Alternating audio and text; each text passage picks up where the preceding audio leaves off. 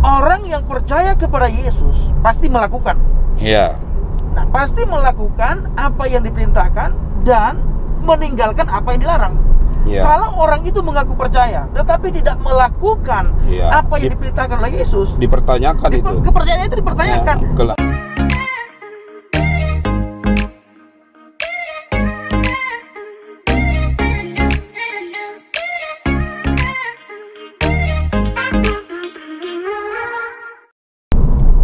baik.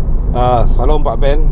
Ya, Pak ini kita kan sedang dalam sebuah perjalanan menuju ke Bandung. Ya. Nah, hidup ini kan diibaratkan juga sebuah perjalanan. Betul.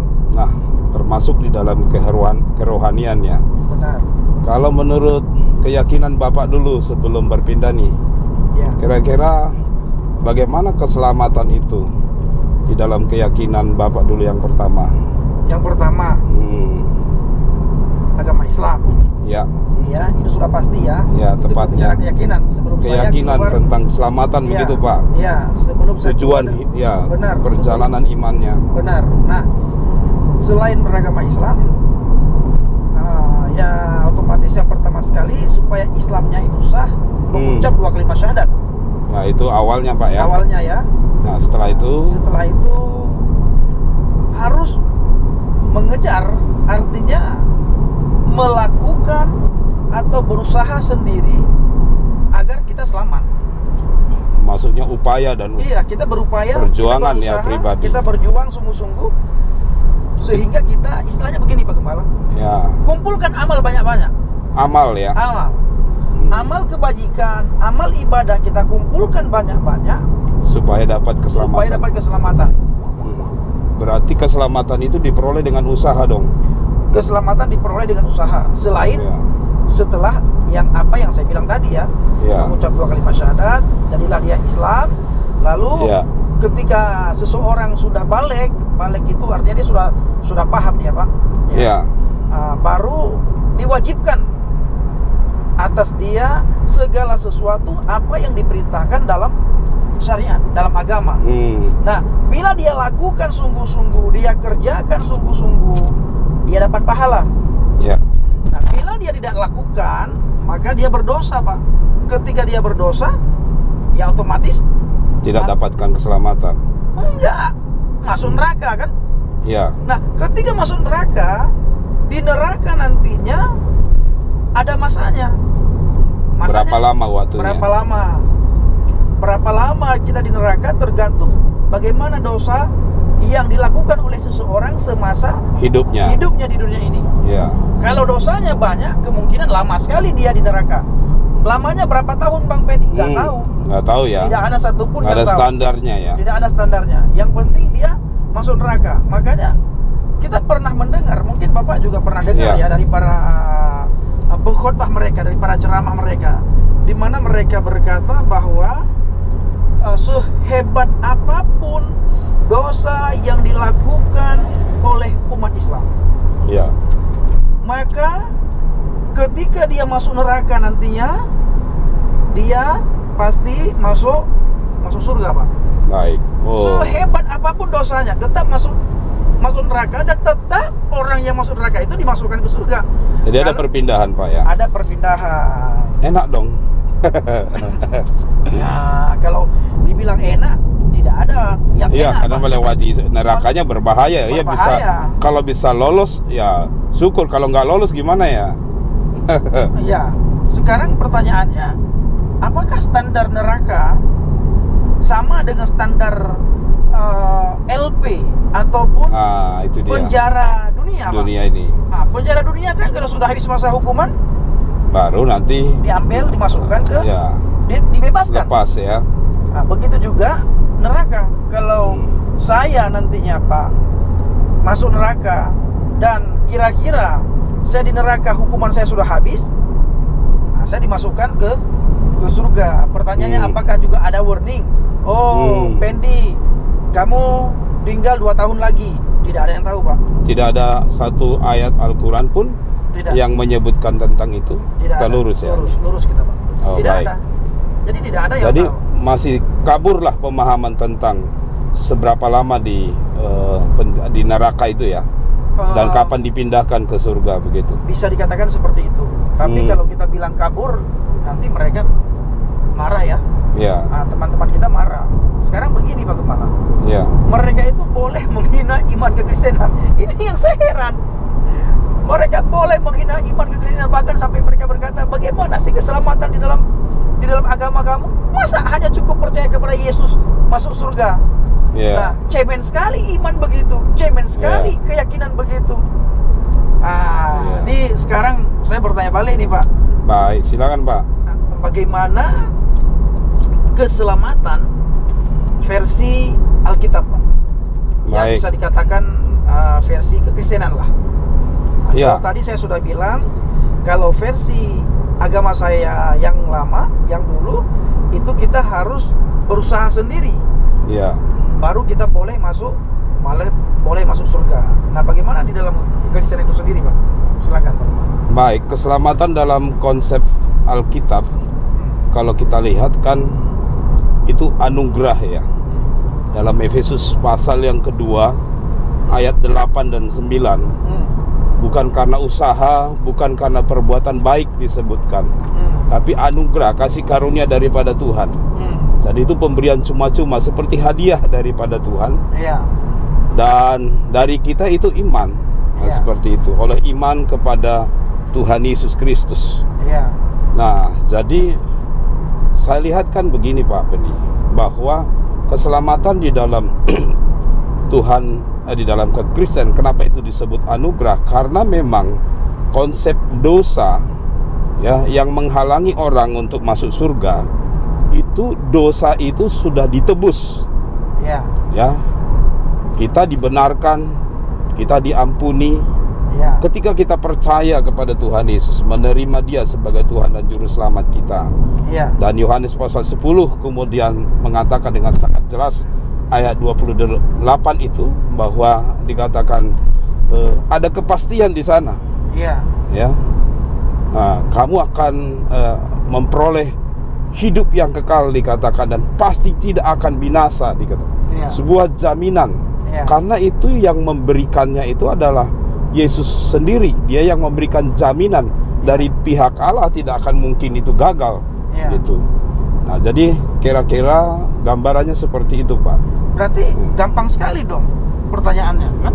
Gampang sekali. Masa cukup percaya kepada Yesus bisa masuk surga, bisa selamat? Ya, percaya kepada Yesus itu kita jangan maknai hanya sebuah pengakuan belaka, ya.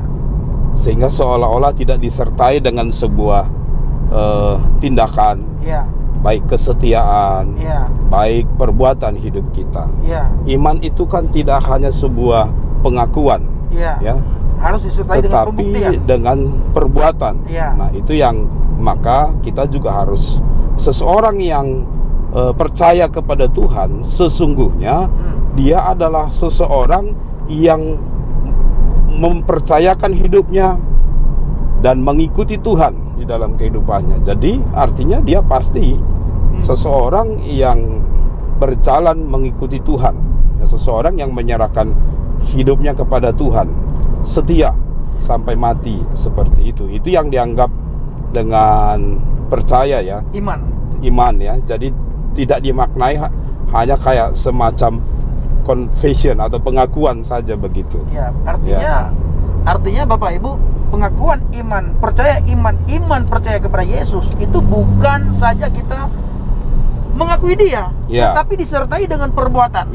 Karena Pak Gembala, selama ini kita sering mendengar kawan-kawan, enak sekali orang Kristen itu, cukup percaya kepada Yesus maka dia masuk surga, maka dia selamat. Saya sering berkata begini, Pak Gembala. Orang yang percaya kepada Yesus pasti melakukan. Nah, pasti melakukan apa yang diperintahkan dan meninggalkan apa yang dilarang. Kalau orang itu mengaku percaya tetapi tidak melakukan apa yang diperintahkan oleh Yesus, dipertanyakan itu. Kepercayaannya itu dipertanyakan. Kelahiran barunya. Ini orang benar-benar sungguh percaya kepada firman yang hidup atau hanya sebatas pengakuan di mulut, tidak disertai dengan perbuatan, tidak ditunjukkan buah-buah pertobatannya. Nah, jadi Bapak Ibu para pencinta channel Yellow Baget, ini khususnya kepada teman-teman kita yang sering bertanya kepada iman kita. Kok orang Kristen gampang amat, hanya cukup percaya kepada Yesus, tidak perlu berbuat baik, bebas melakukan kesalahan, bebas melakukan dosa. Tidak seperti itu. Tidak seperti itu. Nah, sedikit Pak Pendi ya. Jadi memang kadang-kadang orang tidak paham ya, karena dia tidak mempelajari secara menyeluruh. Tapi kalau kita lihat keselamatan yang diberikan Tuhan itu, ketika kita percaya, terima Yesus, kita itu kan dilahir barukan, diubahkan, menjadi manusia yang baru, kan begitu. Ada pembaharuan budi. Ada hidup berpindah dari gelap kepada terang yang ajaib. Jadi ada perpindahan status, lalu kemudian status inilah yang kita kemudian jalani sebagai anak-anak Tuhan. Jadi sebenarnya jaminan itu begitu kuat, dalam arti karena kita sudah hidup sebagai anak Tuhan. Jadi menunjukkan bahwa kita sudah diselamatkan, kita tentu ada di dalam terang itu sendiri. Jadi kalau kita masih, makanya dikatakan di dalam ayat yang ke-10 di Efesus pasal 2 itu kan, bahwa karena kita adalah buatan Allah, diciptakan untuk melakukan perbuatan yang baik, begitu. Jadi perbuatan yang baik bukan supaya diselamatkan, tapi perbuatan yang baik karena kita sudah diselamatkan tentunya.